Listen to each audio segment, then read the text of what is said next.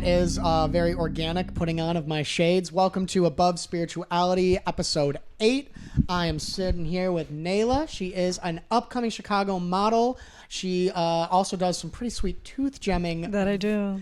Though I think she forgot them today. I did, unfortunately. It's okay. Well, welcome to the show, Nejla. We're really happy to have you here. Now, we met. Thank you. Try to keep the mic just a little closer. Mm-hmm. Awesome. We met at Antics, my sister's runway show, where you walked on Saturday, right? Sunday, yeah. Mm-hmm. Though we met on Saturday because you were wearing a super cute little outfit. Thank you. That we did. If I remember correctly, did you make that or did a friend of yours? The outfit was from an independent designer in New York. So it's like a cut and sew moment. Plug them if they got a little Insta or something. JC the Label. Right on. We'll try to get them on the Insta. Yes. Well, I'm really excited to have you here today because, I was never really like a fashion-y boy. Like if you would have seen me in high school, it was, if you would have seen me freshman years when Nils met me, it was a little different. But through my sister and through my mother, I really learned a lot about the fashion industry. Mm-hmm. And I've really loved going to all these runway shows. Shout out Chicago Fashion Week. First ever Chicago Fashion Week. Indeed.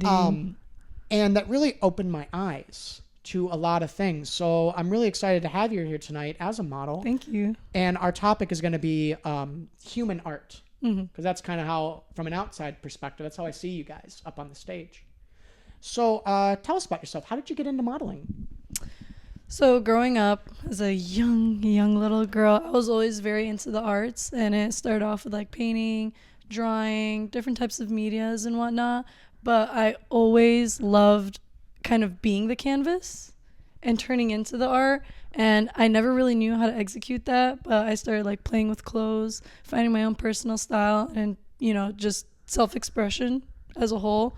And I think as I got older, I just got more into fashion, educated myself in like fashion history. And I just honestly, like every day I fall in love with it more and more and more. What are some of the qualities that you think in a person makes like a good model? What would be like ideal qualities and other than like the physical? I would say someone that's dedicated to the craft for sure, and someone that is kind and respectful and nice to work with, because I've definitely been in rooms with models that just aren't the best to work with, and like we're all here together, we're all making art together, we're all creatives, so let's make the environment a good one, you know what I'm saying? Now, I wanted to ask that because obviously you're on a spirituality podcast, even though we're talking about we're talking about models and art and fashion. One of the things that I found really impactful to me is that human life seems to be about like sort of building up qualities of our soul. Mm-hmm. And, so you could say all human life is spiritual, no matter what you do. And, if you just run the numbers, most people have probably not lived like out and out like spiritual lives. Like they weren't like a monk or a yogi most of the time. Right. So normal human life seems to be the best vehicle to evolve as a soul. So how long have you been modeling? I want to say for about a solid 2 years now, but within the past couple of months, I've definitely been booking a lot of jobs. And honestly, I want to say big thanks to Miss Casalina. She has definitely opened a lot of doors for me that I didn't think were even possible for me. So yeah, I love Cassie too. Love her. I always love how like she goes by Casalina so much. And just as a quick aside, my mom totally made up that name. But I love it. It's so cute. Yeah. Well, in those 2 years, have you found it transformative at all? Like, how have you grown? Oh, for sure.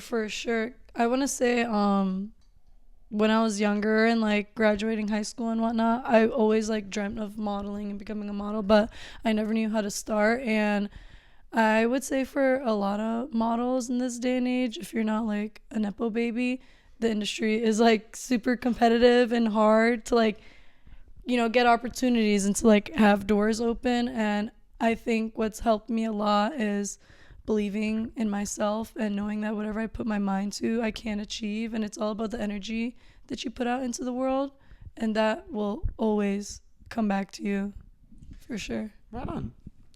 Well, then, getting into the meat of the conversation, Mm-hmm. I want to talk about what it's like to be art, because it's, you think of art traditionally, it's like something that you make.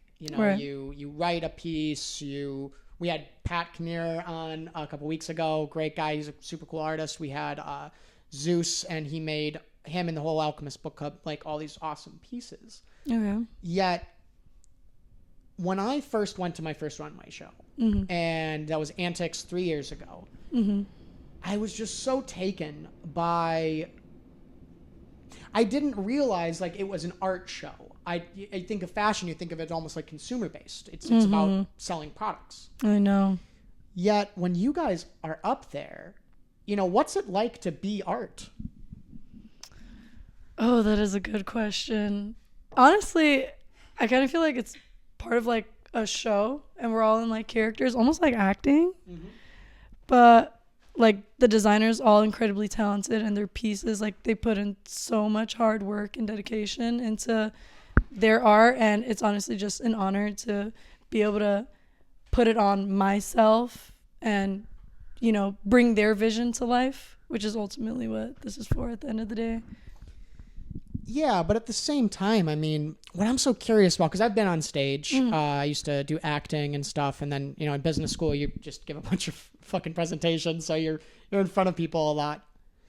But, what's it like when you're on the catwalk, when you're on the runway? Because that's only one aspect of modeling, really, and it's probably like a smaller one. If I'm for sure.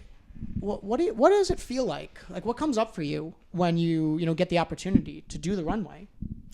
I want to say my very first time walking a runway, I remember right before it was my time to go, I was so unbelievably nervous. I was like, oh my God, there's so many people looking at me. Like A lot of butterflies. I don't even know if I could call it butterflies. I literally wanted to throw up. I was like, oh my God, I'm so nervous. I'm so nervous. I'm so nervous. But lock in. Your time is now. You got to go and just work it. Give it your best. And yeah.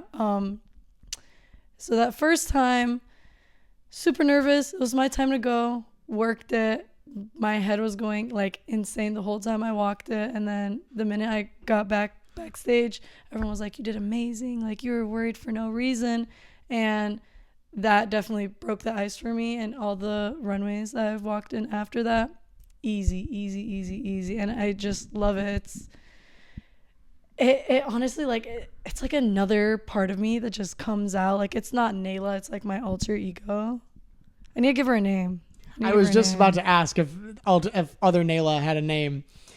We need to make one for her. We'll think about it. We'll think about it. So what I'm hearing is that, and I'm sure any person who's been a performer kind of has this experience that, like, the first time it's a very physical experience. It's very visceral, because when all those eyes are on you, you really feel it in your body. Mm-hmm. And I think a lot of people don't realize just how spiritual, and you can even say like sacred, the experience of the body is, because it's your first in-your-face experience. Mm-hmm. As you grew and you said it became easy, then what was it like to have all the eyes on you? So fun. It's like a different type of adrenaline rush, like one that I'm looking forward to, because I do want to say the first one, I was like, oh my God, I shouldn't have agreed to this. Like, I didn't practice enough. Like, oh my gosh. But yeah, it's just like the pieces itself that we wear, just like they look amazing on the hangers, but then when you put it on yourself, you walk the show, everyone gets to look at it. I don't know, there's just something so amazing about it. Like, I'm honestly so honored every time that they choose me to showcase their piece, essentially. Yeah, it's like the energy is just amazing. Yeah. And I want to get back to the part about like just the actual wearing of the piece and, putting it on the body. But before that, what I wanted to say was, give me a second. Well, it's interesting how you talk about how the energy comes up, and it's would you say it's kind of like a high? It's like an adrenaline. Yes, absolutely. Yeah, one of the things that I always admire about the model as an art form, especially on the catwalk, but even during the photo shoot, is there's this intense amount of focus you can always see on their face. How do you tap into that? That is a good question. When you mentioned the butterflies before, so like when the model in front of me goes and walks the runway, that's when I really start to lock in. I'm like, okay, focus. Make sure you don't look directly into the camera. Make sure you don't make eye contact with anyone. Don't look around. Just focus straight. Let them see the piece. Turn, and then walk back so that they can see the back. Obviously, hello. You gotta see the back. And I know, like with the other models, every time we end up going backstage, everyone's like, oh my God, that high was amazing. I want to go again. I want to do it again. Like, let's do it one more time, encore. But yeah, it's honestly just, you have to like really lock in and go mode. And I did not necessarily walk in a show, but I was kind of like a standing mannequin for this one event. Yeah, with Doll, right? Yes. Yeah, I think it was called Intermix. I don't know, but I did something see it like that. Don't quote me on it, but that was definitely when my focus was a little challenged because I was standing and then there are people coming like super duper close and like recording in my face, and it's so hard to not like look down and be like, oh, what are you doing? Like, please, like, let everyone like look, like, I'll admire it from a distance, you know what I'm saying? Mm-hmm. And there was a point where there was a photographer that was like recording me super close in my face, and I'm just like, don't look, don't make eye contact with him. And he kept talking to me. I'm like, bro, like, I feel like I'm being so rude, not saying anything back, but I'm trying to be professional right now. And there was a point where he asked me if I could step off the runway so that he could stand in my spot to take a picture of the skyline behind me. And I'm looking at Doll. I'm like, what is this real right now? Like, what is going on? But I did my best. And there were like people touching me too. Like, I was wearing a girl's earrings. She's like, sorry, I hate to be that girl, but like, I'm just gonna move your hair and like take pictures of the earrings. I'm like, okay. But yeah, in moments like those, I just try to keep it super professional and keep that focus. Well, that brings me into the next thing I wanted to talk about, which is like, as a model, mm-hmm. You're a physical medium. There's, anyone who's been involved with fashion or photography, mm-hmm. There's a lot that goes into it. There's stylists, there's the people with the hair, there's a whole makeup, team, the people just managing the other mm-hmm. people. And you as the model, you kind of have to let down your guard, because our bodies, again, are pretty sacred. Mm-hmm. That's at one level we kind of believe like that's us, and you have to sort of drop those walls, and like people are going to touch you. People are going to just get right up in there. And especially like you're changing, so you're probably not even wearing a lot at certain points, and they're going to touch you. And beyond that, they're probably even going to comment on your physical form, and you just kind of have to. You just got to take it. Yeah, you just got to be professional. Right, okay. What's that like, to just let those walls down? I would say it's definitely different for everyone.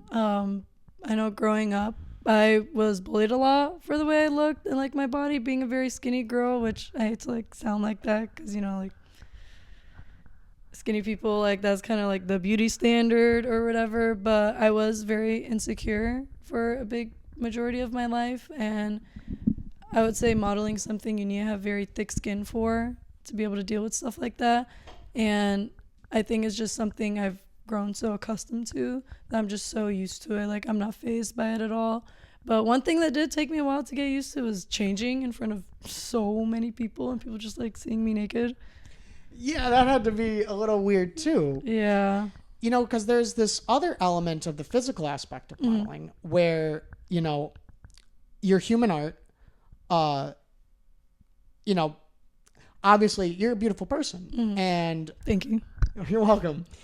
But, the one thing about beauty, especially when it on the human form, mm-hmm. as it interacts with like just other human forms is it can call up like a sexual energy. And obviously certain designers, like, that's the piece they wanted to put on you. They wanted to make you look, they wanted to show the beauty through the human form. And let's be honest, they make it sexy. And then, you know, then you have to get out in front of people or really work it.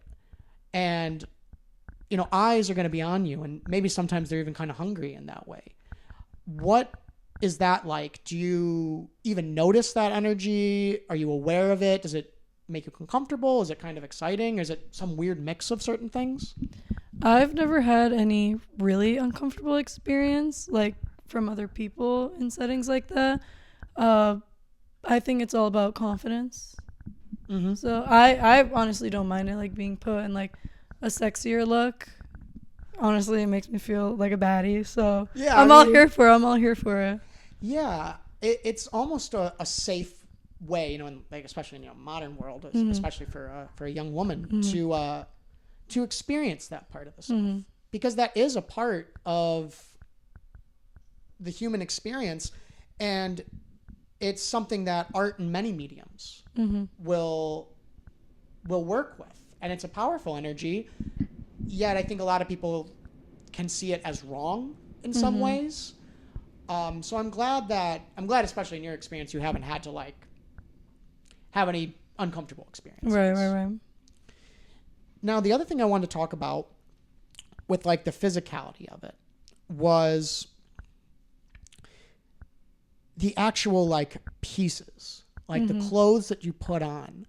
Is, well, just starting off simple, is there, like, a type of outfit you prefer? I love a really good avant-garde look, like something that's super transformational. Like, I literally turn into, like, an avatar, like a different character, like a costume almost. Those are my favorite for sure. I mean, I'm the same way. Like, you were wearing streetwear the last time I saw you walk, and not to sound, like, disrespectful, but I see like streetwear and I'm like, okay, it's cool, it's that. But I love the shit when it looks like, I know, it looks like this person should be, like, making costumes for, like, Hollywood. I know, right? When you wear a piece like that that's very avant-garde and couture, does that have a different energy to it? Oh, for sure. That's when I feel like I get most into character, because at that point I feel like I've exceeded human being. I'm just, like, an ethereal being. So you would kind of say that, like, the energy of, like, whatever the shoot is, the runway and the clothes, that kind of brings an energy out in you. You kind of, do you, like, discover that, like, as it happens? Yeah. Okay. For sure. Okay.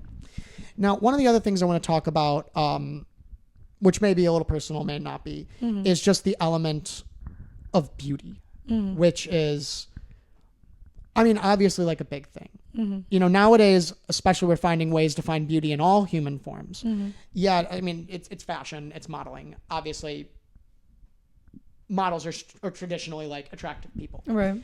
And you're really taking in beauty, which, when you think about the spiritual, you think about God, the soul, the self in any form. You know, beauty is a prime aspect of, you could say, like, higher consciousness, our higher selves, our inner self. What role would you say, even beyond the modeling, what role would you say beauty plays in your life? Beauty really is in the eye of the beholder, and just like all art is subjective, I think your outer appearance is just so surface level. I'm the type of person that cares more about the person you are to your core and your soul. I think that matters more than anybody's looks. Yeah, because, you know, there's a lot to be said about beauty is also, it's something we sense with our inner self. You know, it's like an energy. And I don't remember if you said that or not. But on that topic, you know, one thing that I've heard and made sense to me in spiritual topics, it's something, you know, our viewers will know I'm with a place called the School of Metaphysics. And one thing that we teach and that I've seen in various things is that there's this whole idea that before you're born, when you're, you know, you're on the other side, whatever you believe that is, and you're just a soul, you're just energy. You know, maybe you have something like a body, but if it has a good look, it's not necessarily like what we look like now. But what they say is that you choose your body. You are offered various bodies, and it's not only the body you're offered. You're offered the life of that person with it. And of course, you're going to make it your own and all sorts of things. But like, and I hope I'm not like putting you on the spot with this. Like, why do you think that the inner Nejla picked your body, the life that she was going to be born into, being like your parents, your social economic situation, the various ways you wanted to move forward in life? Why do you think you picked that? What do you think was in it for you as a soul to grow? And are we doing okay in time, boys? Yeah. Sick. We got like 20 minutes. Sick.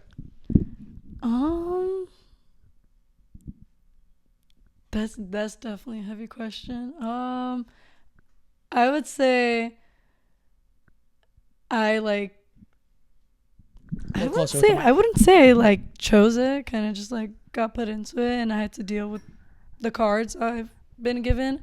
But I think all my experiences in life and all the situations I've been put in have definitely built a lot of character and taught me a lot about life and spirituality and what it means to be a human and just growing as a person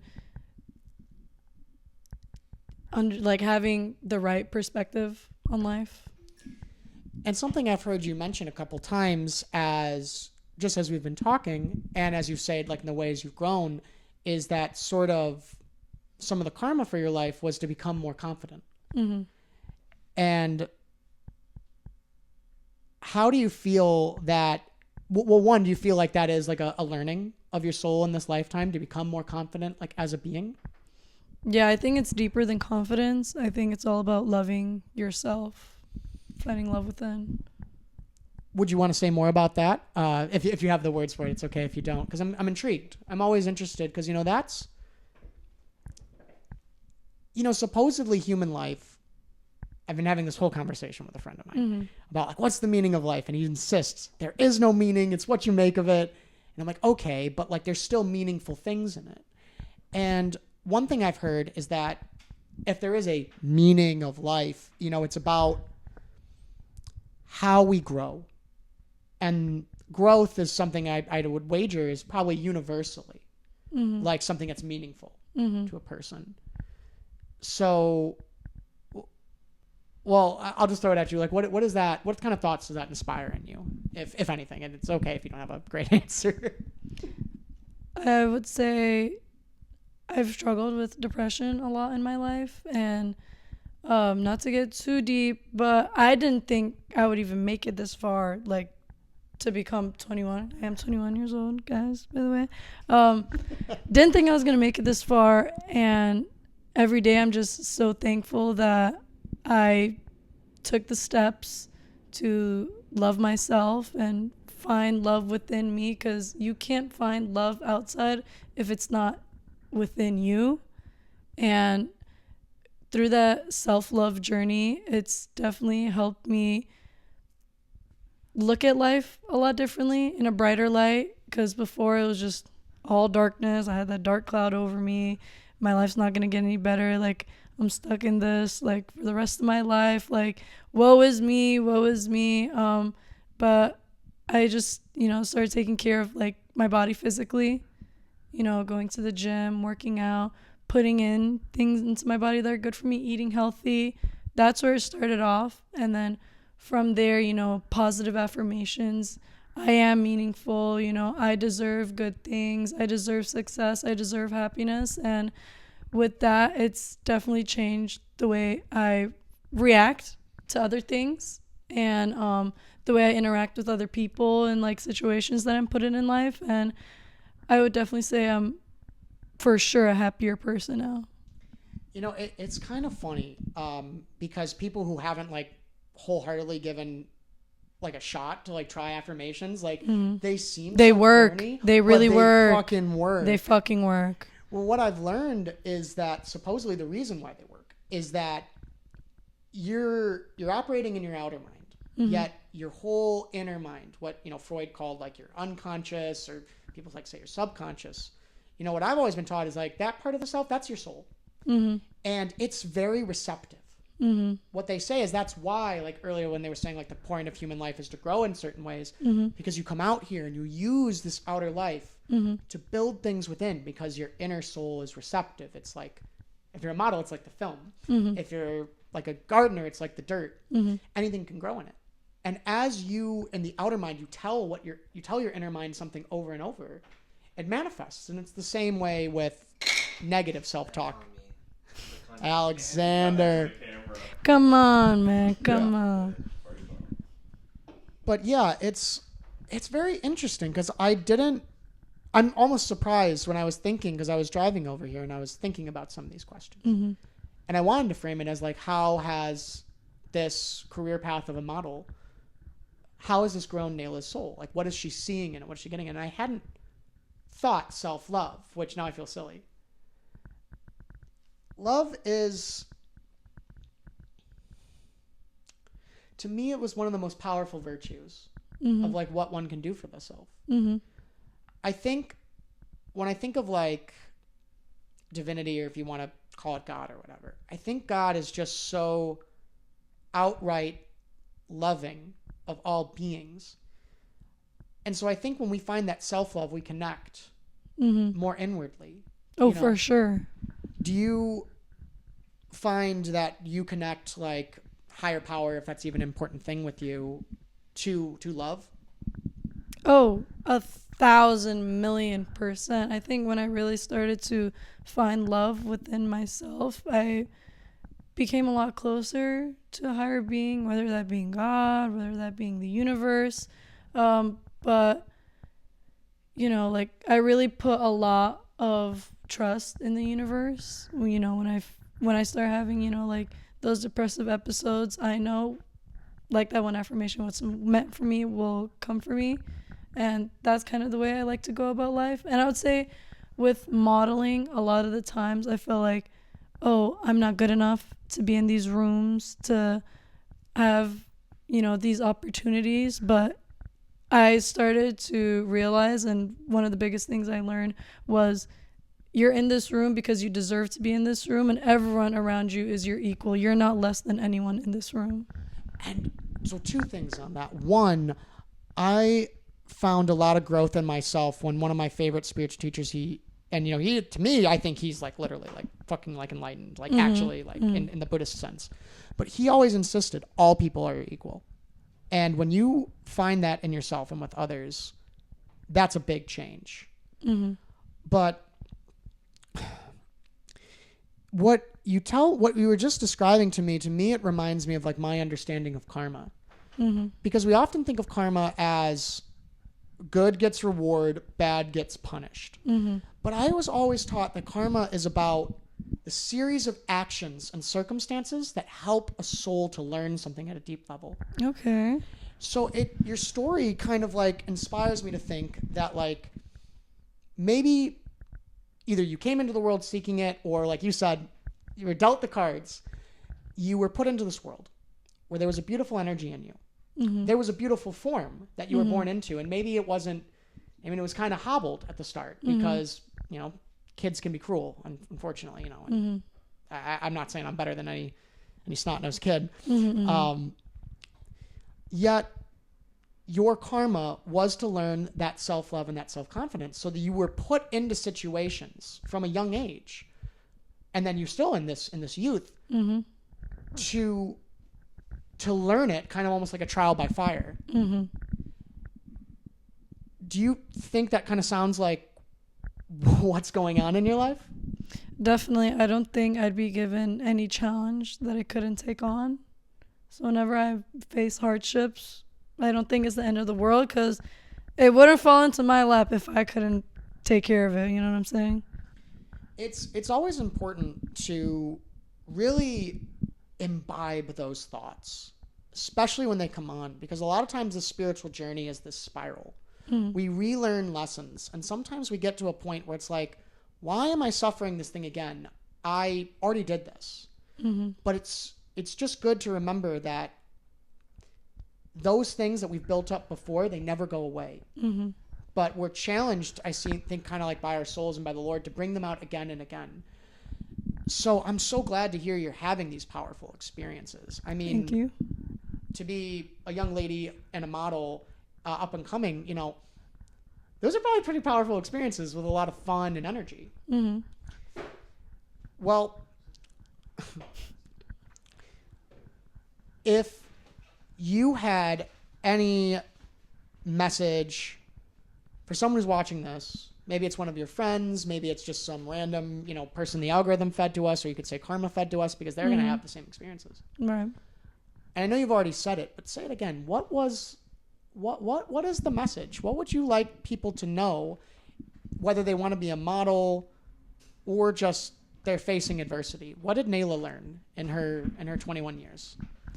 As long as you lead with love, everything will fall into place every single time. No matter how hard it gets, if you lead with love, you lead with your heart, everything's going to be okay. Everything's always going to be okay. It's beautiful. Well, I think that's a good stopping point, but I'd love you to plug your shit. Tell us about anything that you have going on, your socials. We'll tag them all, obviously. Get Alexander in there. It'll all be tagged. Yeah, but tell us how could just plug your stuff. I dabble in a little bit of content creation, so if you guys want to follow me on TikTok and Instagram, that would be at Nelizzle, Nelizzl. And if you want to get some tooth bling, some tooth gem slay, come to me. I also do that. I'll get you super right, and I don't charge absurd prices like some of these people in Chicago. No tea, no shade. Just a little bit. But that's about it for me. Oh, and I will be walking for October for Chicago Fashion Week, Monday, October 14th. So tune into that. And do you have any other upcoming like shoots or other things in the month, or are you just on the ride seeing what happens? It's all like scattered in my brain right now. That's okay. I couldn't even tell you. I was just in Paris. Oh, and you were taking some cute photos out in Paris. Fashion Week over there was amazing. One last thing. Mm-hmm. What do you think is the spiritual significance of fashion? Damn, that's a good question. Let me lock in and think. I think there's just so much spirituality in all art. And I think it's really about like the artists putting in so much of their like blood, sweat, and tears into their work. Like there's so much spiritual energy behind that, whether it's a drawing, painting, especially fashion, because that's like, you know, hard labor. You got to make the pieces and stuff. So yeah, that's what I would say about it. Well, thank you, Nejla, for being on our episode today. You can catch her on all her cool shit. We're going to do a little photo shoot. Yeah. And that's episode 8. Thank you very much, guys. Thank you for having me. Oh, come by anytime. Shout out Chicago Fashion Week. First ever. Yes, indeed.